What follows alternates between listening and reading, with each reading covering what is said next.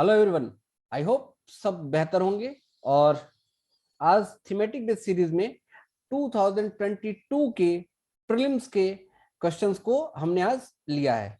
आज ही ये पेपर हुआ है और आज ही हम इसको डिस्कस करेंगे। देखिए, पहला क्वेश्चन देखिए, which of the following is our exclusive power of Lok Sabha. देखिए, लोकसभा की कौन सी एक्सक्लूसिव पावर है? तो rectify the declaration of emergency, no. To pass a motion of no confidence against the Council of Minister or the impeach the President of India। इसका answer है B. और ये इसका आंसर है बी ओनली 2। कैसे है मैं आपको समझाता हूं।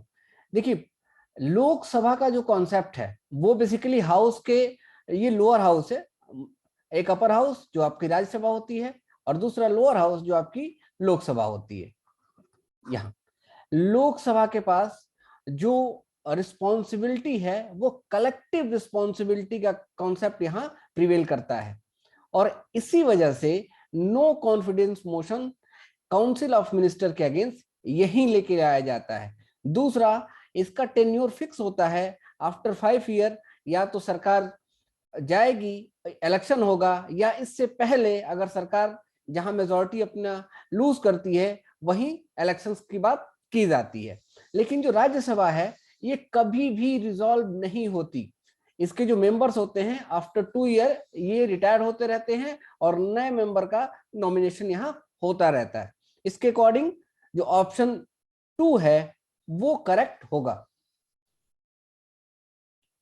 नेक्स्ट क्वेश्चन देखते हैं। कह रहा है कि consider the following statements. A bill amending the constitution require a prior recommendation of president of India. दूसरा option, when a constitution amendment bill is presented to the president of India is obligatory for the president of India is give his her assent. और तीसरा option, a constitution amendment bill must be passed by both the Lok Sabha and Rajya Sabha by a special majority. There are no provision for the joint sitting।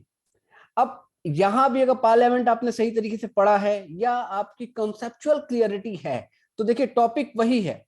अभी भी हम वही खड़े हैं कि एक हम टॉपिक उठा रहे हैं और वहां से हम देख रहे हैं कि किस तरीके से क्वेश्चन फ्रेम हो रहा है। पार्लियामेंट से क्वेश्चन फ्रेम हो रहा है, इससे पहले काउंसिल ऑफ मिनिस्टर से रिलेटेड क्वेश्चन था और ये जो क्वेश्चन है ये पार्लियामेंट की एक्चुअल वर्किंग से रिलेटेड है। और यहाँ जो ऑप्शन है वो ऑप्शन ए जो है वो गलत है और option 2 and 3 both are correct. ये कैसे करेक्ट है मैं आपको थोड़ा सा हिंट देता चलूं। देखिए, जो कॉन्स्टिट्यूशनल अमेंडमेंट बिल होता है ये दोनों हाउसेस, लोकसभा राज्यसभा, दोनों से स्पेशल मेजॉरिटी से पास होता है, बिल्कुल ठीक बात है। और ज्वाइंट सीटिंग का कोई कॉन्सेप्ट है ही नहीं। तो जब पार्लियामेंट से मींस दोनों हाउसेस से जब कोई बिल पास हो गया तो इसके बाद वो कॉन्स्टिट्यूशनल अमेंडमेंट से रिलेटेड होता है तो प्रेसिडेंट के पास ये पावर नल हो जाती है और प्रेसिडेंट को उस पे असेसमेंट अपना देना ही पड़ता है, उस पे साइन करना ही पड़ता है। रीजन क्या है कि हम यहाँ जो पब्लिक की दी हुई जो ओपिनियन है, पब्लिक से जो चुने हुए लोग हैं उनका हम सम्मान करते हैं। एक बात, एक तो ये थ्योरेटिकल बेस के कॉन्सेप्ट में चीजें। दूसरा, पूरा गवर्नेंस का जो सिस्टम है अगर यहाँ ये चीजें रुकेंगी तो फिर जो डेमोक्रेसी में लोकसभा के पास जो सबसे ज्यादा पावर है और एक्चुअल में जो पावरफुल कौन माना जाता है वो प्रेसिडेंट ना कह के वहां प्राइम मिनिस्टर माना जाता है। ऑन पेपर कहने के लिए प्रेसिडेंट होता है लेकिन रियल पावर किसके पास होती है? काउंसिल ऑफ मिनिस्टर के हेड के पास, मींस प्राइम मिनिस्टर के पास। तो इसकी ये जो थॉट है ये पूरी तरीके से यहाँ गलत हो जाता है और इसी वजह से कलेक्टिव रिस्पॉन्सिबिलिटी का जो कॉन्सेप्ट है वो भी यहाँ इनबिल्ट होता है। और इसकी ये सारी चीजें जब मिल के आपको देखेंगे तब आपको समझ में आया कि इसका आंसर है 2 and 3। चलिए नेक्स्ट क्वेश्चन देखते हैं। कह रहा है with the reference to anti defection law in India consider the following statement. अब एंटी डिफेक्शन लॉ अगर आपने पढ़ा है तो आपको पता होगा कि इसको बनाया क्यों गया, इसमें इश्यूज क्या थे। और एंटी डिफेक्शन लॉ को मेनली इसलिए बनाया गया कि इंडिया में जो पॉलिटिकल डिस्टरबेंस हो रहा है बार बार, इसको सेल्फ लेवल से उठा के पार्टी लेवल पे लेके आया जाए और पार्टी को लेके एक अकाउंटेबिलिटी सेट की जाए, पार्टी को लेके एक लॉयल्टी सेट की जाए। इसी वजह से इसको लाया गया था। इसमें जो पहला ऑप्शन है वो कह रहा है the law specify that the nominated legislature can not join any political party within 6 months of being appointment to the house. यही गलत हो जाता है, any party within 6 months।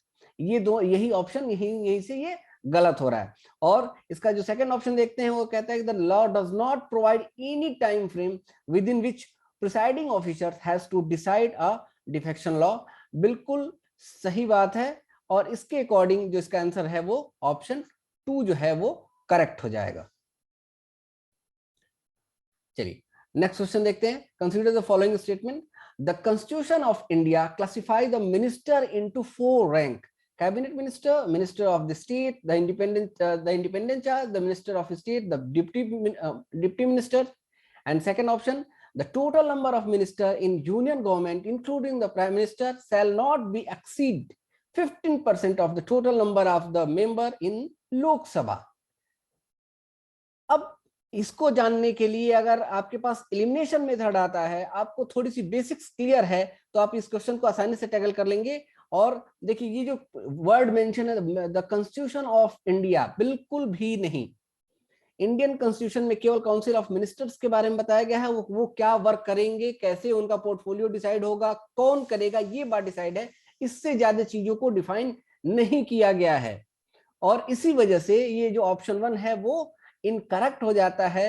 और जो ये 2 ऑप्शन है ये बिल्कुल ठीक है। 91 कॉन्स्टिट्यूशनल अमेंडमेंट के समय 2003 में इसको लाया गया था, और ये इसीलिए लाया गया था कि आपके जो मेंबर हैं, जो मेंबर्स हैं, सबको आप मिनिस्टर नहीं बनाएंगे, और उससे जो इकोनॉमिक बर्डन पड़ता है, जो गवर्नेंस का जो कंट्रोल होता है, वो कहीं ना कहीं काफी मिसमैनेज हो रहा होता है। इस वजह से इसको लाया गया था, और इसके अकॉर्डिंग ऑप्शन बी जो है वो करेक्ट है। आई होप आपको सेशन आप एंजॉय किए होंगे। जल्दी ही मिलते हैं नेक्स्ट सेशन में, तब तक के लिए God bless you all, thank you so much.